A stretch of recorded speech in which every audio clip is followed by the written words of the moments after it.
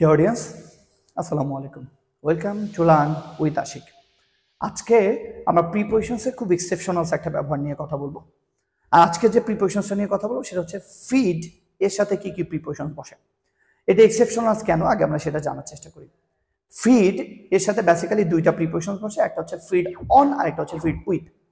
এই feed on বা feed with এই ব্যবহারটা মডার্ন ইংলিশে ইন্টারমিডিয়েট বা এসএসসিতে খুব একটা ব্যবহার না হলেও বা খুব একটা কাজে না লাগলেও বাংলাদেশে মডার্ন যে কম্পিটিটিভ এক্সামগুলো হচ্ছে, যেমন ইউনিভার্সিটি অ্যাডমিশন, মেডিকেল অ্যাডমিশন অথবা বিভিন্ন জব পরীক্ষা, বিসিএস পরীক্ষা, এখানকার জন্য ভেরি ভেরি ভেরি ইম্পর্টেন্ট। এবং অলরেডি এটা কয়েকটা প্রাইভেট ব্যাংকের জব পরীক্ষাতেও এসছে।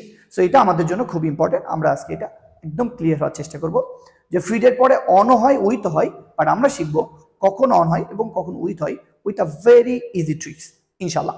So let's do it. আমরা একটু খেয়াল করি, ফিডের সাথে বেসিক্যালি দুইটা প্রিপোজিশন বসে, একটা হচ্ছে ফিড অন, একটা হচ্ছে ফিড উইথ। ফিড অন মানে বেসিক্যালি কোনো কিছু খেয়ে বাঁচা, আর ফিড উইথ এর মানে হচ্ছে কোনো কিছু দ্বারা খেয়ে বেচা। যদি আমরা এটাকে খুব ইজি ওয়েতে একটু বোঝার চেষ্টা করি, মনে রাখবেন ফিডের পরে অন হবে না উইথ হবে এটা কিন্তু এই ফিডের উপরে ডিপেন্ড করে না। আবার বলছি, ফিডের পরে অনও হতে পারে বা উইথও হতে পারে, বাট ফিডের পরে অন হবে না উইথ হবে এটা ফিডের উপরে ডিপেন্ড করে না। যদি বলেন তাহলে কার উপর ডিপেন্ড করে, এটা ডিপেন্ড করে এই যে ফিড এর পরবর্তী ওয়ার্ডের পরে, এই পরবর্তী ওয়ার্ড, এই জায়গাতে যে ওয়ার্ডটা থাকবে বা এই জায়গাতে যে নাউনটা থাকবে সেই ওয়ার্ড বা নাউনের উপর ডিপেন্ড করে ফিডের সাথে অন হবে না উইথ হবে সেটা আমরা নির্ধারণ করব। এখন কোশ্চেনটা হচ্ছে কি থাকলে কি হয়। মনে রাখবেন ফিডের পরে এই ওয়ার্ডটা, এই যে এই ওয়ার্ডটা, এই নাউনটা যদি কোনো খাদ্য বস্তু হয়, আমি আবার বলছি খাদ্য বস্তু, যেটা আমরা খেয়ে বেঁচে থাকি এমন কিছু যদি হয়, তাহলে উত্তর করতে হবে ফিড অন, ফিড অন। কিন্তু এরপরে যে নাউন বা প্রোনাউনটা থাকবে বা যে বস্তুটা থাকবে সেটা যদি খাদ্য বস্তু না হয়, খাদ্য খাওয়ার মাধ্যম বস্তু, যেমন গ্লাস, বাটি, চামচ, এই ধরনের যে জিনিসগুলো আছে এক কথায় খাদ্য খাওয়ার মাধ্যম, যেটা দ্বারা আমরা খাবার খেয়ে থাকি, এমন কিছু হয়, তাহলে হবে ফিড উইথ। তাহলে ফিড অন মানেও খেয়ে বাঁচা, ফিড উইথ মানেও খেয়ে বাঁচা, বাট ফিড অন মানে হচ্ছে খাদ্য খেয়ে বাঁচা, আর ফিড উইথ মানে কোনো কিছুর মাধ্যমে খেয়ে বেঁচে থাকা।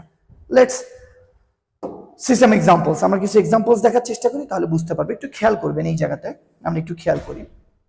কাউস ফিড অন গ্রাস, গরু ঘাস খেয়ে বাঁচে। আমরা যদি একটু খেয়াল করি এই জায়গাতে, এই যে ফিডের পরে এই যে গ্রাস অথবা মিট অথবা রাইস, এই গ্রাস, মিট, রাইস এই সবগুলো হচ্ছে খাদ্য বস্তু।